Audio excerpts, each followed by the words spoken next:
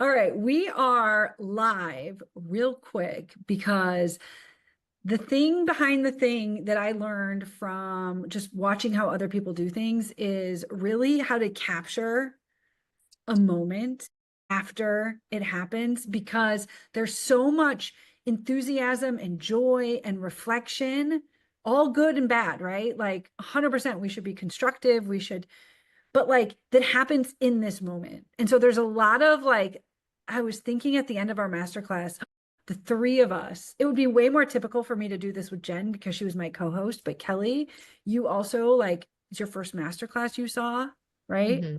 And you showed up, you did takeaways, you were taking notes. I was teaching you to look at what was behind the thing. And then you gave your own testimony. So why don't you guys quickly introduce yourselves so everybody knows who we are, and then we'll just chat. Well, Awesome. I feel Kelly? like I already know. I feel like I already know Jen. For the people that don't know Jen. Yes, go Jen. Tell us. All right. Well, I am Jen Gomez, aka the Joyful Strategist. I help leaders and business owners really tap into the joy of scaling in their career and in their entrepreneurial journey. So many times we feel stuck, and I help them get unstuck and back into their brand positioning as their powerful self, really bringing power to purpose. And today I had such an incredible opportunity to co-host for the first time alongside Kristin Gutierrez, who has been my coach for the past few months, helping me understand where my offers were and how I could really scale them up to the next level. So that's a little bit about me. What about you, Kelly? So I'm Kelly Brackstad, and for years I've either been coaching in corporate or coaching clients in corporate after I left corporate. But I've also transitioned into helping small business women as well. And I found a real love because as I've done the transition in the journey, I also, right, want to help women with the transition of journey. And so I help other coaches, consultants, and course creators create their own offers with their own system based on my journey going through building my own system. I really, because I had to learn how to fail forward, and that's not my, I can't remember who that was, not John C. Maxwell, the thought of fail or this idea of failing forward. So I also help my clients fail forward in doing the iteration, the 1 degree or the 15-degree pivots that are needed for their business to scale to the 6 figures, either a month or by either monthly or by the year. So good. Okay. I love that. And so for people who are watching, this is Kelly stepping in and iterating your offer since Yeah. knowing me. I mean, Yes. like you've been my client for 2 weeks. And that was the first time I've ever had to express it out loud. You did so good. And You we're did. going live You I did. know. So out there. So I don't want to put, so like I just want, like, I really like, let's just chat for 10, 15, whatever it is. But Kelly, you were about to say something, and like, what is that thing you were gonna, like, giving us feedback when we were wrapping Oh, the masterclass? Like, that's yeah. all. I mean, I have feedback. Jen, this was your first time running the play the way that, let me just say that as a 20-year corporate salesperson, like, I know how to speak on a stage and in front of other people, but it was not like, it is not like this. It's a pitch deck. And even though I got lots of great training in enterprise, it was enterprise sales. We weren't selling widgets or transactionally, but it was still like, even when we were telling stories, it wasn't the same way. And so I really had to read the book that we always recommend. And I knew I needed to unlearn a lot of things in order to sell right. In my first masterclass, I didn't do it. My second masterclass, I didn't do it. My third masterclass, I didn't do it. And it wasn't until I found a co-host at the time who came from the same mentor that I had. We ran the play, and she was like, "Can I be honest with you?" And I was like, "What?" She's like, "You overtaught." I'm like, "Oh, I know, because I'm sweating. It's like so much talking. I feel like da da da da." And she's like, "You know, I have the same training. I can help you with the burden." And so then we worked out for like 4 or 5, it felt like forever, but I think in practicality, it was like 4 or 5 master classes together. Her name's Val. I love you, Val, if you're watching, where we figured out finally how to like divide and conquer. And it was with Val that we started running the play iteratively, like telling more stories to transform beliefs, that I finally was like, and Val wanted to move on to do her other things. And I was like, well, how do and then there's a lot of beautiful magic that's happened since. But the point is, I'm still learning. And I think that's the thing that's attractive to my clients, because I don't act like I have it all figured out. There's the set stage for that. Let's go to Jen first, I think. Then it's like, Jen, how did it feel? It felt really good. And I, like you, Kristin, have been doing master classes. I've got a background in stage acting. I had a really successful network marketing business for years. I'm comfortable on camera, but I have the problem, the blessing and a curse of overteaching, of talking too much to the camera. And by having this, there's a couple things I'll say. By having a strategy that really guides the viewer to unlock things for themselves, A, B, to be able to neurologically understand what this means for them transformationally, by having them write this in the chat, like really, really getting involved, really getting them connected. And then number three, I know it's a little different because you were co-hosting, but we were co-hosting together, but just having somebody to say, okay, we're gonna clip this, we're gonna do this, here's just somebody to help navigate the ship a little bit, was a really cool experience that I hadn't. And I will be very, very transparent. I have been avoiding bringing someone in the room with me because I am like, I have this cadence, like, this is what I do. And so to be on the opposite end of that, to share the stage with someone, was really cool. And now I understand it. Now I won't be so afraid to invite people into my rooms, to share the load, to have more of a value. I learned a ton. Oh my God, there's so much. So, spoiler alert, or like what Jen and Kelly had no idea that we were coming live right now. I know, like, there's so much I want to unpack for all of this. But Kelly, sitting in the room, how did it feel? And I know you were going to give Jen some love. So how did it feel in general? And like, what's that love? Share some love.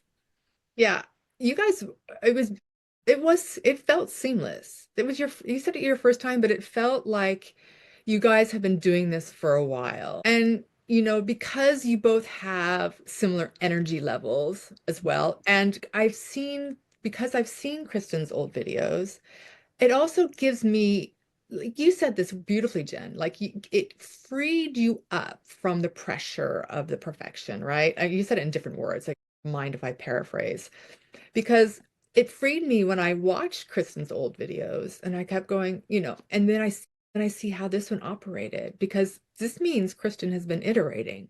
Like, she just went out, right? She started the master class, right? And so that was the big takeaway, was it almost felt like you guys have been doing this forever. First, right? First. Yeah. Yeah. Yeah. And yes. Okay. This is the thing. One thing I love to do now is teach the strategy. I say the art and strategy of the one-to-many event.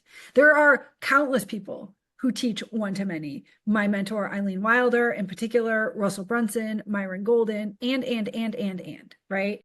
And why can all the people teach the same thing is because we come at it from a different perspective.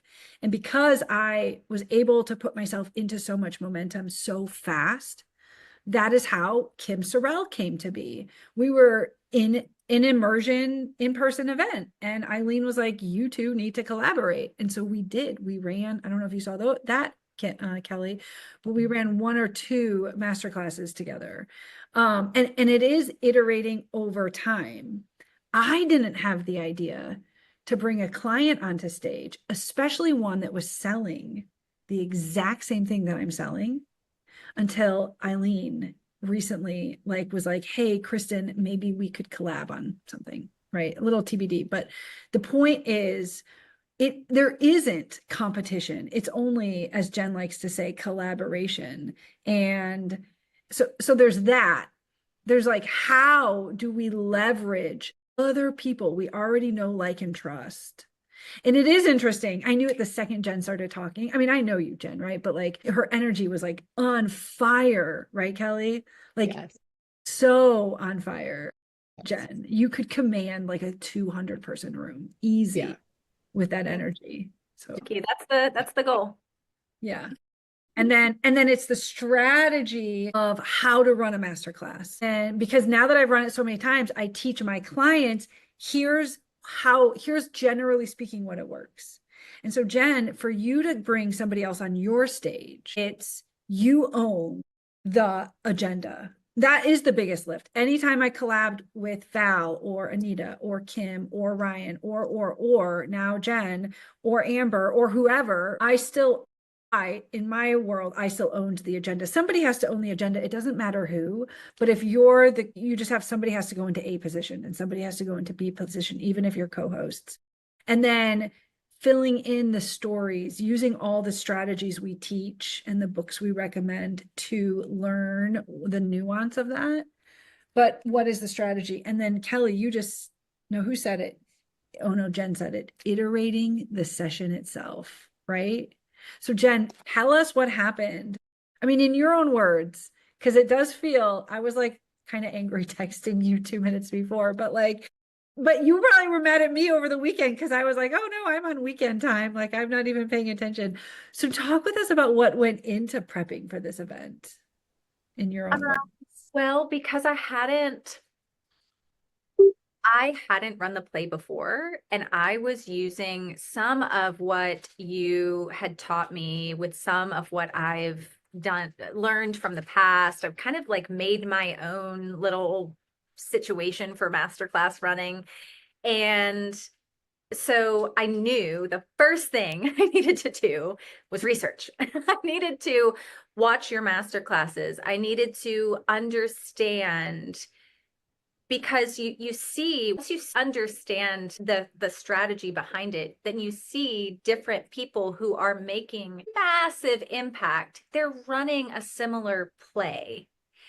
And so I knew, okay, I really need to understand the minutia of this. I need to watch, I need to research, I need to see how they're running this play so that I can. And then there were even Eileen Wilder, like watching her with a co-host, seeing how they play off of each other. And I kind of said this in the chat, like getting to the point where it's more than just that moment in the room, but taking that class and being able to use that potentially at some point as a passive sales funnel. Like, you want to learn this, I know Russell Brunson does that through, Master of Click Funnels. But so I had to do some research first, for sure.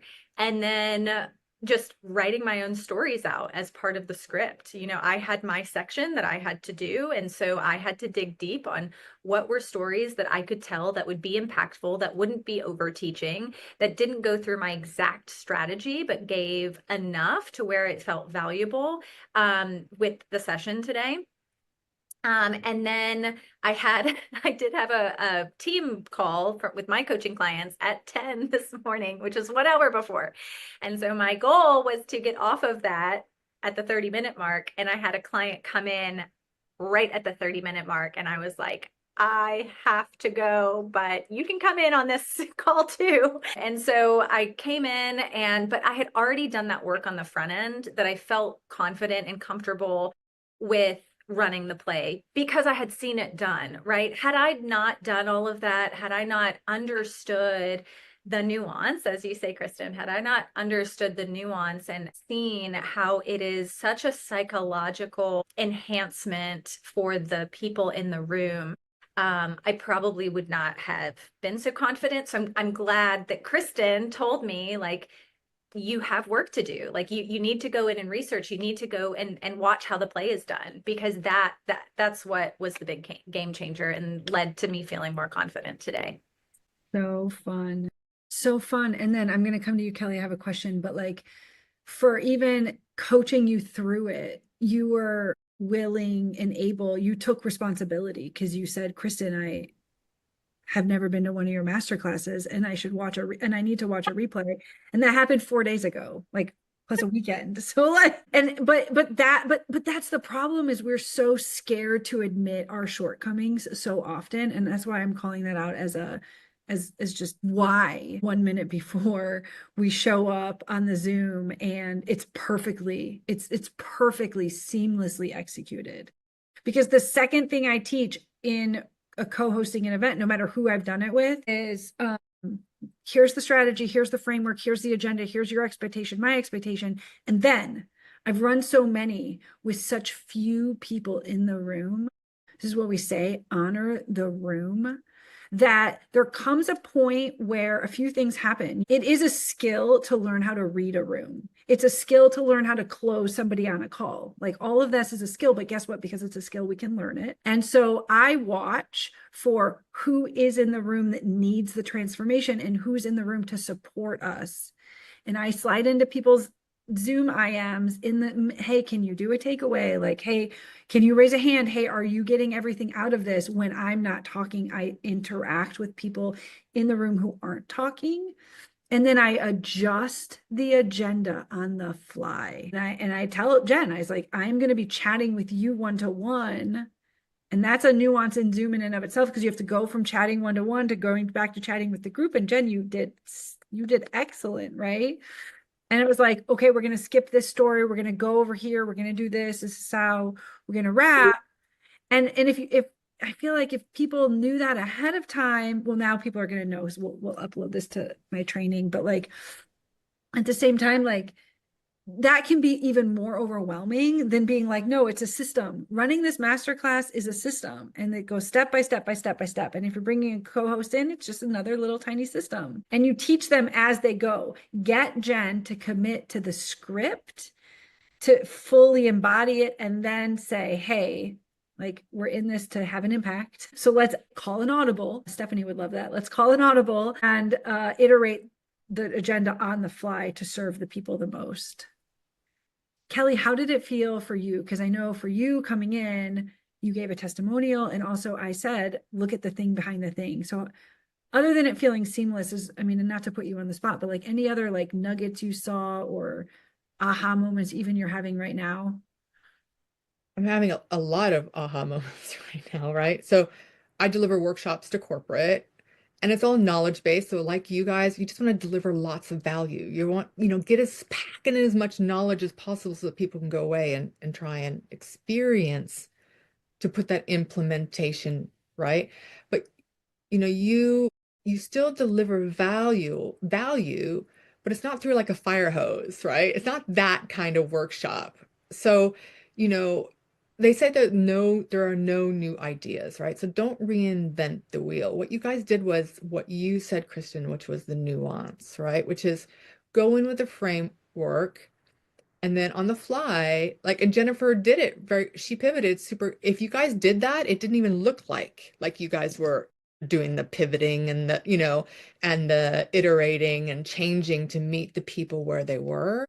I didn't even know that. It looked like, it didn't look scripted, but it felt natural, right? And it felt like you did meet people where they were, right? And so that's what I appreciate about you talking that through, Kristin, and hearing how the two of you worked, and then how, right, it then came through to the rest of us. So that was my takeaway, if that made sense. Still Yeah. thinking it through. Yeah.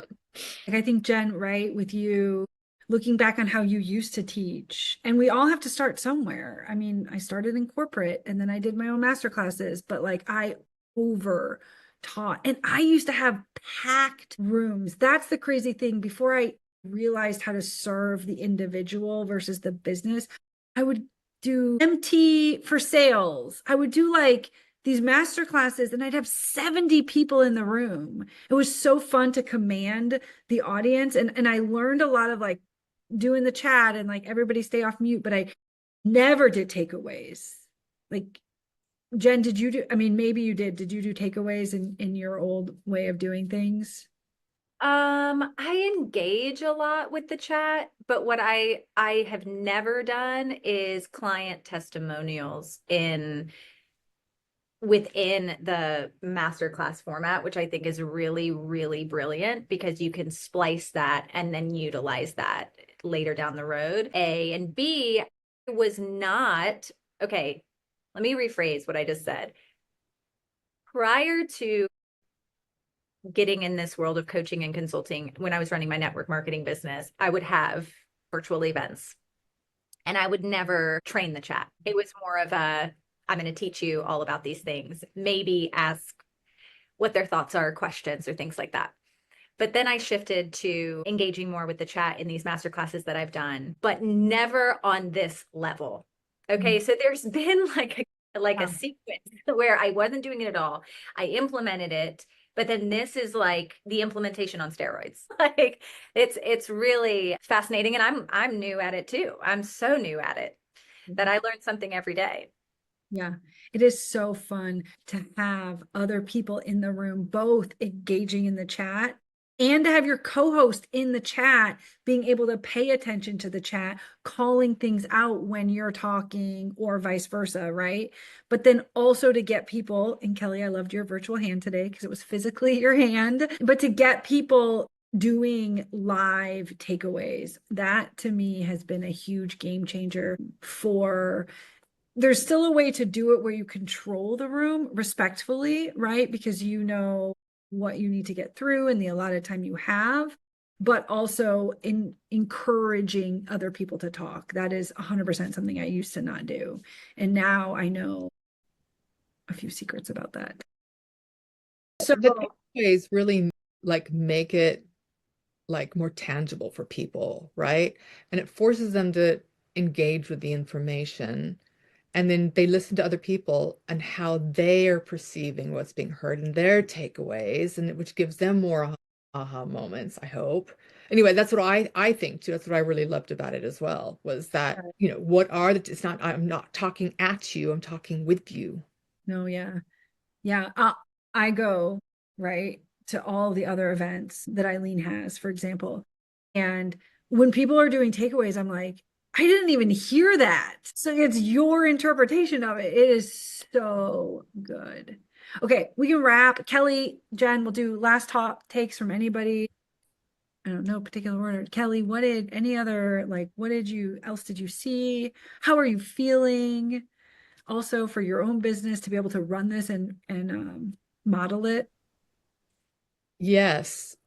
Well, like anything, it's a little scary, right? Now I've got to figure out what my masterclass is going to look like, right? Model it, but know that there's some flexibility around that and be able to flex around that and feel comfortable with that, right? Because I am used to the scripted workshop delivering, value, and not when I'm coaching, but that's different. Coaching is different than doing something like this and running masterclasses and, challenges and all that. So, yeah, that, yeah, it's a little bit frightening, but I'm going to take massive action. I'm just going to do it right now. I'm going to iterate. And that's what you released me from, as I said, from watching your past to seeing where you are now, releases that pressure from me. So thank you. Yeah. You are welcome. And I can't wait to do this again with you after you've done it this way and like capture this in the moment essence, like because it's so special. I first did it with Bala and it was so special that I'm like, oh man, we have to do this all the time. Okay, so Jen, how are you feeling? What do you think next? I'm feeling so just excited for the future. We're coming on the heels of 2024, launching into 2025. Before we even know it, it'll be New Year's. And to have this play, to have your support, Kelly, to hear your feedback, honestly, just builds that confidence to just keep going. And that I think the biggest thing, even when you feel like it's not working, there's somebody that it is working for. So why stop? Why stop? If anything, just continue to see what was the 1% that you could change that would get it better. Or is it just merely being consistent and doing it over and over and over and over? Because this goes back to personal branding. Sometimes your audience isn't ready for what you have to say. And you have to keep saying it over and over and over and over until they're like, oh, so she's doing this now. You cannot put something out there one time and expect your audience to be ready for it.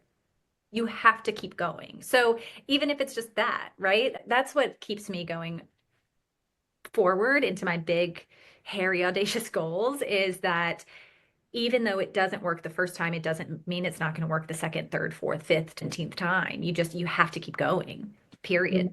Mic drop. Really? Yeah. Thank you for that, Jen. Yeah, Kelly, absolutely. And thank you. Thank you for everything. Yeah. There, you're welcome. It's my pleasure. So good, everybody. All right. So hit us up below if you want the replay to this amazing masterclass, and we will see you when we see you.